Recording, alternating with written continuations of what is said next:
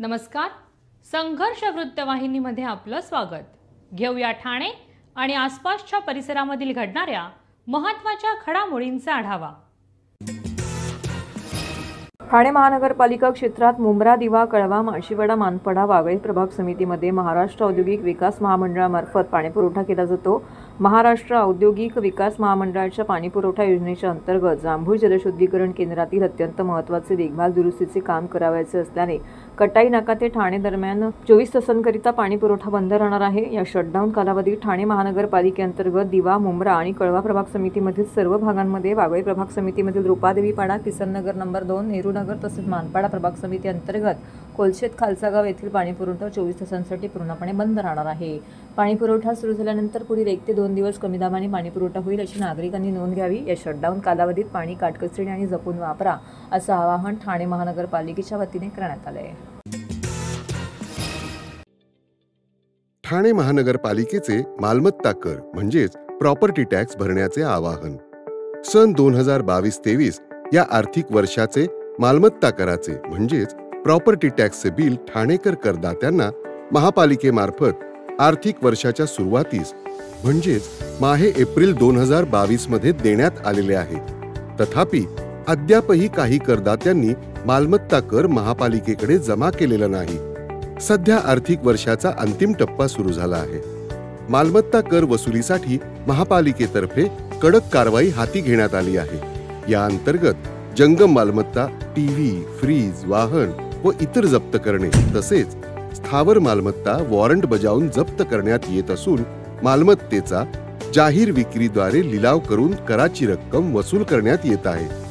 मालमत्तेस पाणी पुरवठा करण्यात येणारे नळ संयोजन खंडित करण्यात येत आहेत. त्याचप्रमाणे थकीत मालमत्ता करावर 2% व्याज आकारले जात असल्याने भरावयाची रक्कम वाढत आहे. आपला मालमत्ता कर propertytax.thanecity.gov.in या लिंकद्वारे तसंच गुगल पे, फोन पे, पेटीएम याद्वारे ऑनलाईन पद्धतीने करण्याची सुविधा उपलब्ध करून दिली आहे. शनिवार, रविवार व सार्वजनिक सुट्टीच्या दिवशी नागरिकांना मालमत्ता कर भरणे सोयीचे व्हावे याकरता महापालिकेचे मालमत्ता कर संलग्न कार्यालय या दिवशी कार्यान्वित ठेवण्यात आलेले आहे. तरी मालमत्ता कर वसुलीची अप्रिय कारवाई टाळण्याच्या दृष्टिकोनातून मालमत्ता कर भरून महापालिकेस सहकार्य करावे. धन्यवाद. असंसर्गजन्य व्याधींमध्ये कर्करोगाचे वाढते प्रमाण लक्षात घेऊन ठाणे महानगरपालिका कार्यक्षेत्रात 2 ते 6 मे या कालावधीत कॅन्सर डायग्नॉस्टिक व्हॅन मार्फत झोपडपट्टी विभागामध्ये राहणाऱ्या नागरिकांचे मुख कर्करोग, स्तन कर्करोग व गर्भाशय मुख कर्करोग तपासणी करण्यात आली. यामध्ये 30 वर्षावरील महिला व पुरुषांची तपासणी करण्यात आली असून 320 जणांनी मुख कर्करोग तपासणी, 186 जणांनी स्तन कर्करोग तपासणी, 183 जणांनी गर्भाशय मुख कर्करोग तपासणी करून घेतली. एकूण 689 नागरिकांनी या तपासणीचा लाभ घेतला. 4 फेब्रुवारी या जागतिक कर्करोग दिनाचं औचित्य साधून आरोग्यमंत्री प्रकाश आंबेडकर यांनी कॅन्सर डायग्नॉस्टिक व्हॅनचं उद्घाटन मुंबईमध्ये केलं होतं. ही व्हॅन संपूर्ण महाराष्ट्रभर फिरणार असून 2 ते 6 मे या कालावधीत ठाणे महानगरपालिका कार्यक्षेत्रात या व्हॅनमार्फत तपासणीचा दौरा आयोजित करण्यात आला होता. 2 मे रोजी रोजा गार्डनिया नागरी प्राथमिक आरोग्य केंद्रामध्ये व्हॅनचं उद्घाटन ठाणे महानगरपालिका उमेश बिरारी, वैद्यकीय आरोग्य अधिकारी चेतना नितील व माता व बालसंगोपन अधिकारी वर्षा हेमंत ससाणे यांच्या उपस्थितीमध्ये करण्यात आले. पाकिस्तानवर केलेल्या एअर स्ट्राईकचा आनंदोत्सव आनंद आश्रम येथे साजरा करण्यात आला. खासदार नरेश म्हस्के यांच्या नेतृत्वाखाली यावेळी हा आनंदोत्सव साजरा करण्यात आला. यावेळी फटाके देखील फोडण्यात आले. त्याचबरोबर एकमेकांना पेढे भरवून हा आनंदोत्सव साजरा केला. यावेळी या आनंदोत्सवादरम्यान पाकिस्तानचा झेंडा देखील जाळण्यात आला. पाकिस्तान मुर्दाबाद, हिंदुस्तान जिंदाबाद, नरेंद्र मोदी आगे बढो, हम तुम्हारे साथ है अशा घोषणाही यावेळी देण्यात आल्या. याप्रसंगी हेमंत पवार, किरण नागती, प्रकाश पायरे, बाळा गवस, मालिनी पाटील, नम्रता भोसले, वंदना डोंगरे, पूजा वाघ, प्रीतम राजपूत, निखिल बुडजुडे व इतर मान्यवर पदाधिकारी, कार्यकर्ते, शिंदे गटाचे सर्व शिवसैनिक, महिला आघाडी मोठ्या संख्येने येथे उपस्थित होते.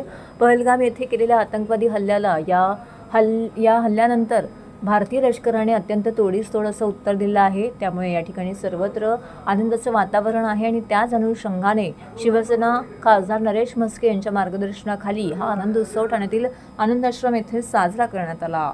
भारत माता की जय, भारत माता की जय, भारत माता की जय.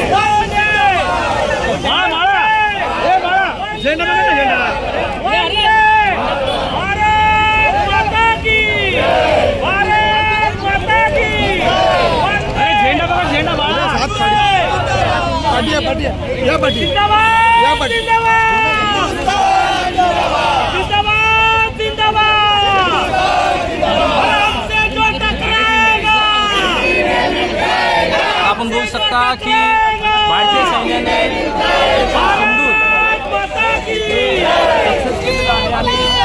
पाकिस्तानमध्ये 9 दहशतवादी ऑपरेशन सिंदूर करून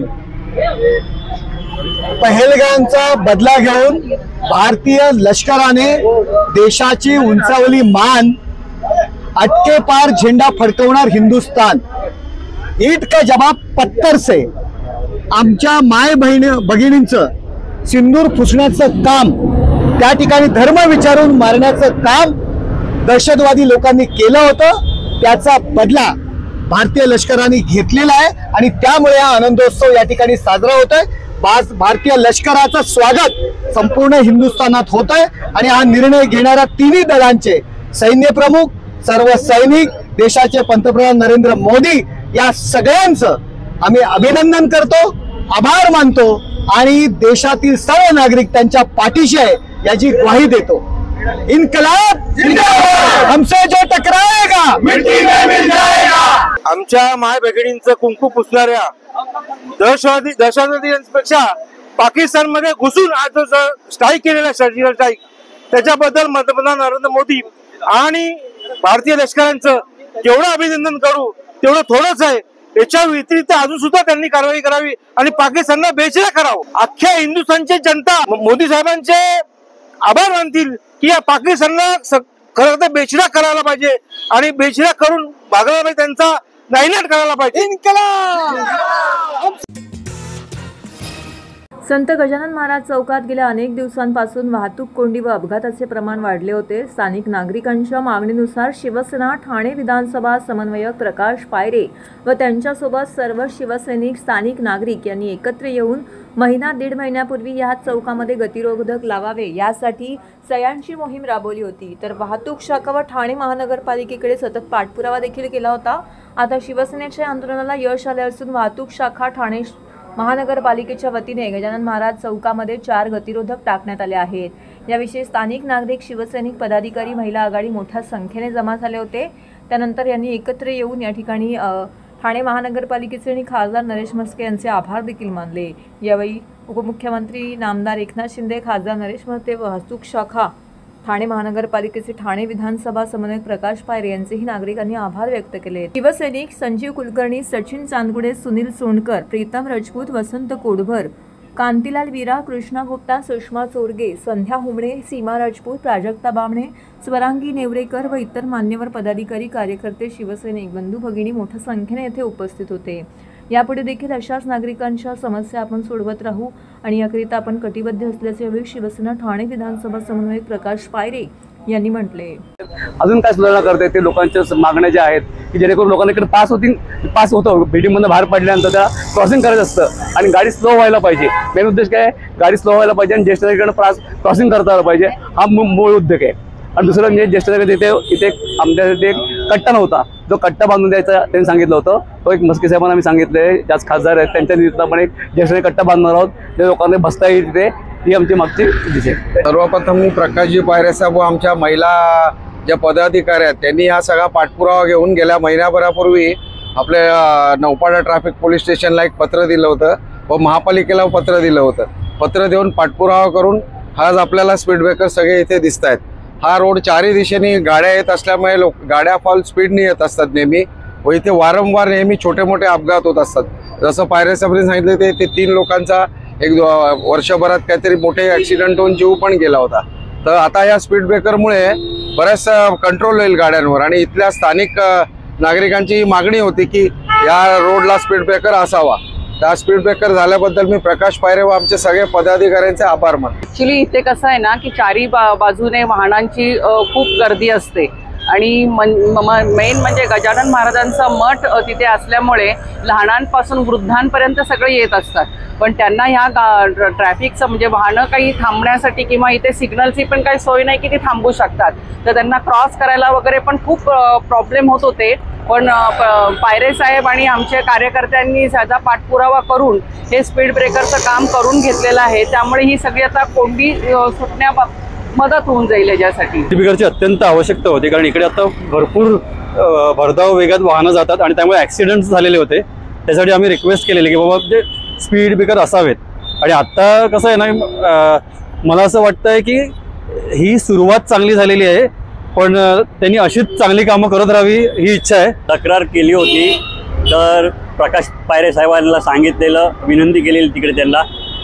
तर ह्यांनी त्यांचा फारच सगळीकडे पोलीस स्टेशन वगैरे बाकी इतर जे पण काय पदाधिकारी आहेत त्यांना भेटून आणि सगळं केलं आहे. पण अजून पण ही मला वाटत नाही की समस्या एक वेळ अजून दूर होईल, कारण की अजून पण हे जे गाड्या येत आहेत ते फार वेगाने येत आहेत. तर ते अजून त्याला गतिरोधक दुसरे लावावे असं मला वाटतंय.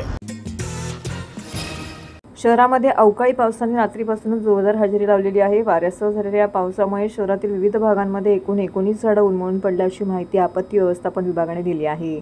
या पावसामुळे काही भागामधील वाहतूक ही विस्कळीत झाली आहे. या पावसामुळे काही भागातील विद्युत पुरवठा देखील खंडित झाला होता. त्याचप्रमाणे एका ठिकाणी एक झाड वाहनांवरती पडल्याने वाहनांचं मोठ्या प्रमाणामध्ये नुकसान झाले. सुदैवाने कोणतीही जीवितहानी झाली नाही. पडलेल्या झाडे अग्निशामक दल आणि आपत्ती व्यवस्थापन कक्षाने कापून बाजूला सारली आहेत. ठाणे महानगरपालिका क्षेत्रात पावसाळ्यात वृक्ष उन्मळून पडण्याचे प्रकार घडत असून यामध्ये जीवितहानी तसेच वित्तहानीचे प्रकार घडत आहेत. हे प्रकार रोखण्यासाठी पालिकेने शहरात वृक्षांच्या धोकादायक फांद्या छाटणीची कामं नियोजित वेळेच्या 2 महिने आधीपासून सुरू केली आहेत.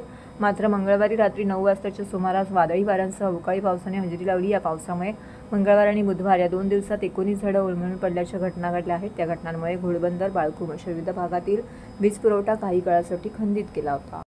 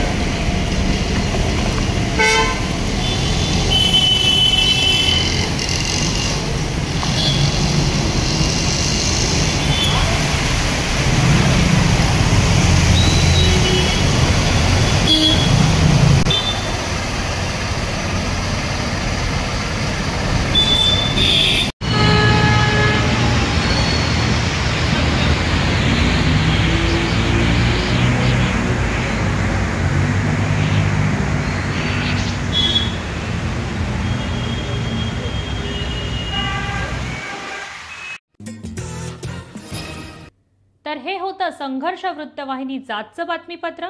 उद्या पुन्हा भेटू याच वेळी याच ठिकाणी ताज्या घडामोडींसह. तोपर्यंत नमस्कार.